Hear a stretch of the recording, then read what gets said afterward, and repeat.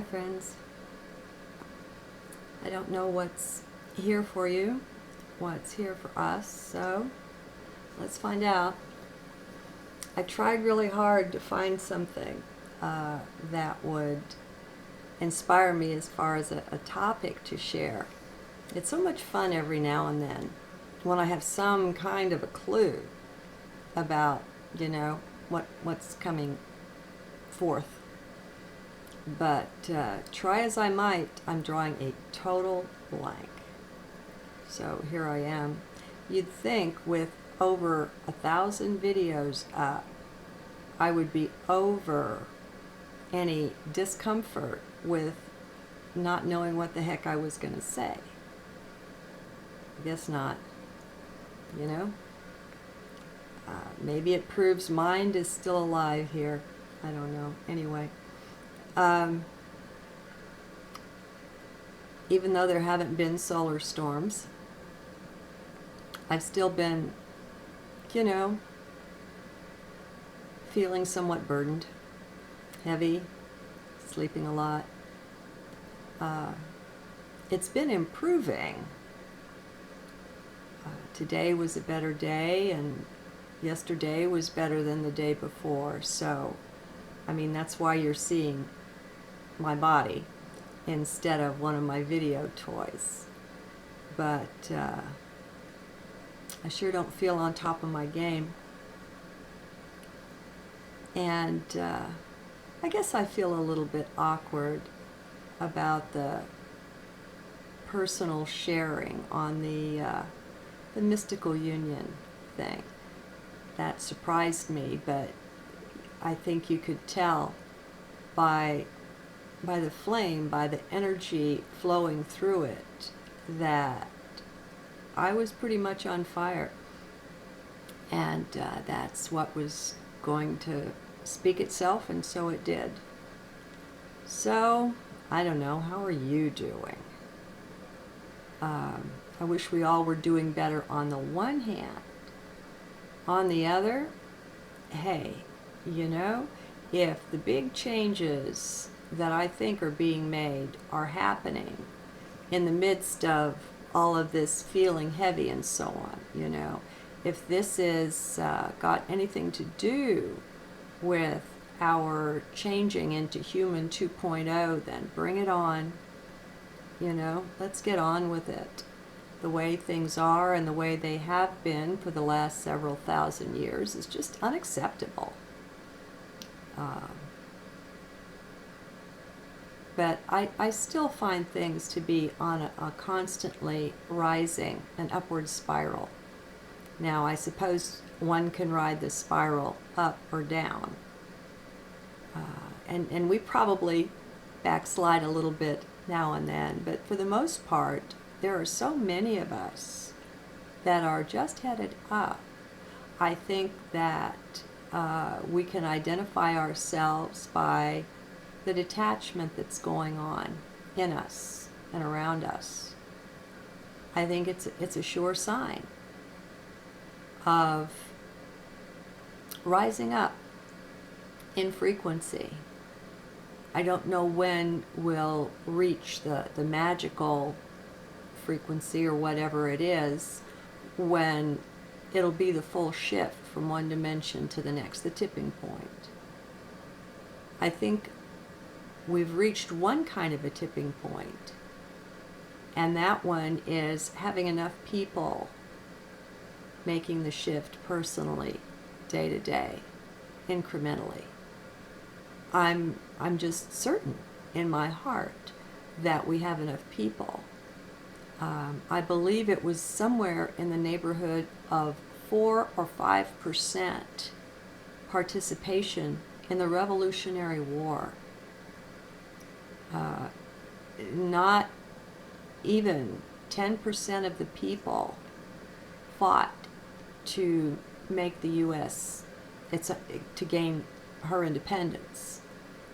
And you don't see that in the history books. Of course, the history books are full of lies. Anything that you read that's issued by anything official is just full of lies. But we at least know the war happened,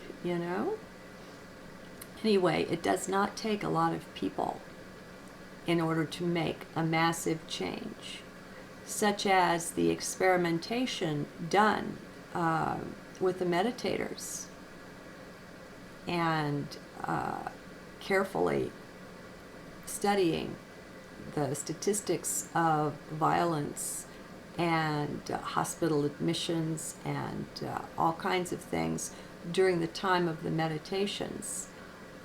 When you get, it doesn't have to be a huge number of people. Now, I don't have the research in front of me. I'm not the kind that cares to go for the exact numbers and all of that.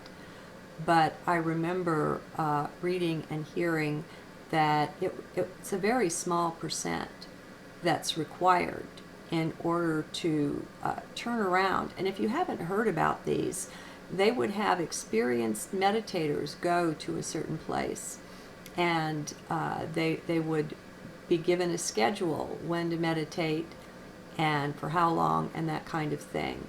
And when they would do this, they took the violence statistics and various things like that, police reports and so on, before, during, and after. And universally, the violence went down while the people were meditating. They even did it in wartime, I think in the Middle East somewhere. And it's definitely a marked decrease in the violence. And so it shows that a very small percentage of the people is required. So don't feel down if you don't have any people quite like you in your immediate circle of friends, family, and acquaintance. Besides which, I think a lot of us go kind of undercover.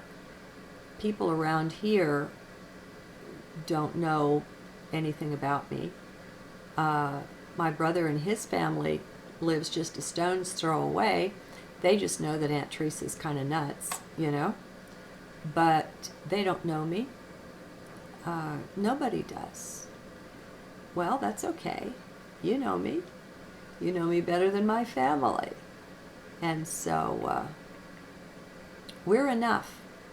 It's all one anyway. The separation truly is an illusion. And we have these really high moments sometimes in a lifetime where even if just for a moment we connect in with that. And you have the actual experience. I had at one time of being everything that was in this room. It was a living room. And I was the table and the chair and the carpet, and I was shocked and stunned. But the oneness is real. And it can be experienced even while we're yet here in 3D. Maybe because we're multidimensional. We already exist on higher dimensions. As a matter of fact, Dr. Michael Newton's work, he's the psychotherapist that he wound up specializing in the between lifetimes state. So the people were in spirit, and it wasn't this lifetime. I think he took them back into the last lifetime, and then through their death and crossing, or their body's death, and them crossing over into spirit. And then while they were in spirit, he had them reporting to him on what they were experiencing, what was going on. And lost my train of thought there. But we're living all of, being multidimensional. Yeah. Time just isn't what we think it is, And there are so many things that the only thing between you and whatever it is some time, this waiting thing that we seem to think that we have to do. And it's not real. It is real here in 3D, but it's real as long as we believe in it. And we've been cultivated to believe in it. And so I think that's one of our challenges, is to remove that belief. If and as we don't believe in time as a limit, it's not that time doesn't exist, it's just not any kind of a limitation at all. And again, I love to hear the people that have had deep near-death experiences, NDEs, tell it like it is. And we've all been there and done that. We're there right now. And that's what I was sharing. What Dr. Newton discovered is that even when we're in a body, we're incarnate, we have a body on the earth, we also have an aspect of our identity present in the light, having its own interactions. It's not like it's asleep or something. It's alive and well and functioning in spirit. And since all time is just now and all things are just one, it's a matter of shifting and working with our beliefs until we can accept these things. Once we can accept these things, we can look forward to and we can begin having the experience of them. It'll come as a flash, something really quick, really surprising, but we can have the experience of these things. We just have to know that time is no limit at all. It's all now. I mean, that's even tricky to look at in this one lifetime. I'm being born right now. This body is dying right now. You know, all of that and everything in between is all happening right now. And for the 3D mind, the way it's currently programmed, that just doesn't compute. But it doesn't matter that it doesn't compute. Once you know what's more real, then you're equipped to make changes in your experience of life. That's the way I take it. We're divine. We're creators. We're in process of creating our own reality all the time. I'm going to cut this off for a minute so that won't be on it. Okay, they were kind enough not to leave a message, so it's not going beep, beep, beep. So I really do strongly feel, it's been my experience that by changing your beliefs, you can change your experience of reality, of life. And so it's a matter of coming to know as much as we can about what reality is like in the higher dimensions. And as we come to know that, we can take that on as a new belief. The fact that it's true is what makes it work.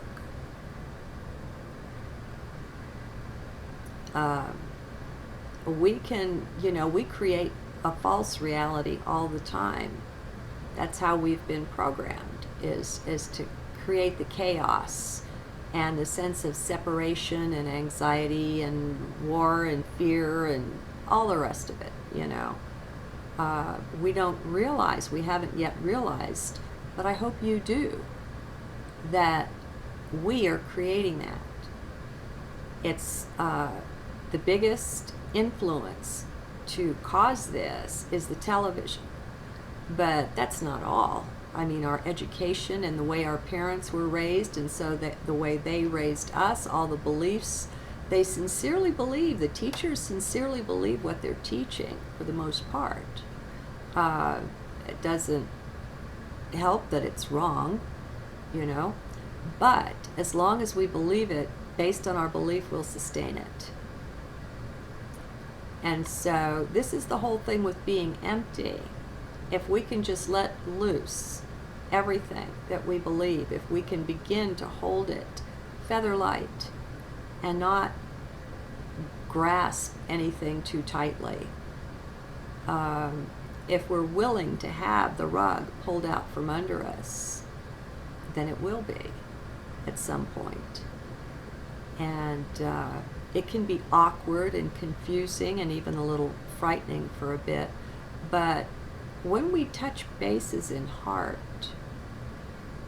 we can have some pretty smooth sailing even through that.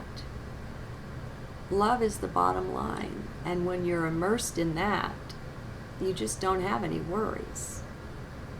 When you know you're divine, you know you can't be hurt, things change. And you behave differently. You find yourself in little ways, you notice, well, there's a difference. I never would have done that before. I didn't used to do that. Now I find I'm doing it all the time, whatever it is. Like me speaking up more on the comment threads when I watch a video. I don't do it all the time, I don't want to tackle the beast in his own lair. But when heart moves me, I'm speaking up a lot more. And I hope more and more of us are doing that. It's the little things. It's what's right in front of us that makes the difference. It's every fear you can tackle and welcome and deal with is a real victory, and it's a real change. And as the fears go out the window, that's probably the biggest change that we can make all at once. Okay, so I've been doing a whole lot of resting and sleeping and aching. Been taking the full dose of all of my pain meds, which is something I haven't had to do for a while. So that's something that I'm noticing. And my eyes have been giving me problems. They've been swollen and so on. And I can see there's a little line that goes from the tear duct up the bridge of the nose. And I realized the other day, oh, those are tear ducts, and they seem to be full or blocked or something. Not that I can't cry, but anyway, there's been some releasing of toxins. So what's been happening, though, is that as I'm laying there, just resting, listening to videos, I do that a good bit, carefully chosen, appropriate ones, I'm starting to have these flashes, and they're too fast for me to really be able to identify what it is. But it's a flash into a different consciousness. I don't want to say level, but it's different. It's more open. It's just so quick, though. I really can't say too much about it except that it feels awesome. So I don't know quite what that is, but there you go.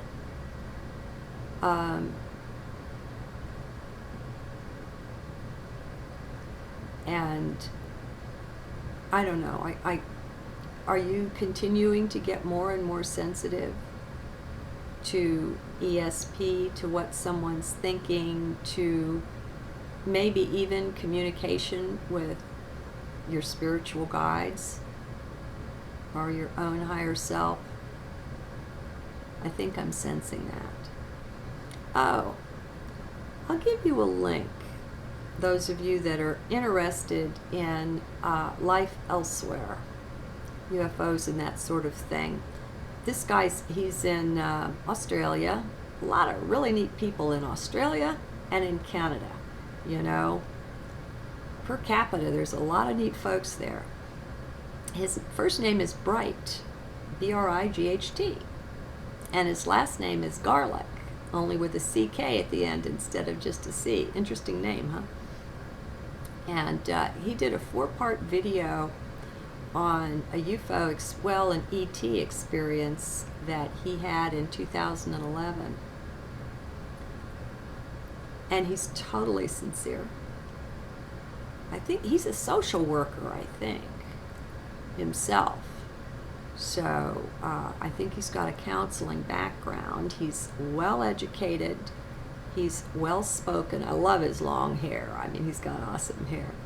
And he's nice to listen to. He's so sincere. And what's so fascinating is he brings a different voice to the discussion. He's meeting with ETs I haven't heard about anywhere else. The small ones, he called them brownies. They're like 3 feet tall or something, 3.5 feet. Later, he said that they are the Telia. And you'll see how he spells it on the description on his videos. And then also with some very, they're both humanoid, some very, very slender, very tall, like 14 or 15 foot tall beings. Now these are definitely and distinctly light beings. And he has a problem with the whole concept of abduction, feeling like that's been misinformation and disinformation put out in order to frighten us and keep us away from extraterrestrials. He did have one experience with the Greys. I haven't listened to much except it's over an hour long, his video on his experience. I left some comments which I got really nice, intelligent, well thought out answers to that kind of undercut what I was saying, but so pleasantly and so beautifully. They gave me such food for thought that I put his ideas in heart, and I'm letting them kind of simmer in there. And I'll see, I may well come out convinced. We'll see. We always want the highest truth we can find. It doesn't matter who the spokesman is. I don't care if it's an ant. If you get some higher level of truth from it, then truth is truth. I don't think it's prejudiced about how it comes to us, who it comes through. So, it's kind of funny. Here we are in 3D, and even our eyes lie to us. Our senses lie to us. They tell us things are solid when they're not. They tell us things are separate when they're not. So that makes it extra tricky working on our beliefs and changing them. When we're constantly getting this data that just isn't the case. It's fun. I mean, if we wanted a challenge, we certainly have one. I wish I could give to everyone a really pleasant attitude about it all. I wish that was in my power, because I would gift you with that to make your walk through it all seem easier. We'll still have the challenges. We'll still have the pain. But when you're coming from such a deep level of peace and love, it's just not the same.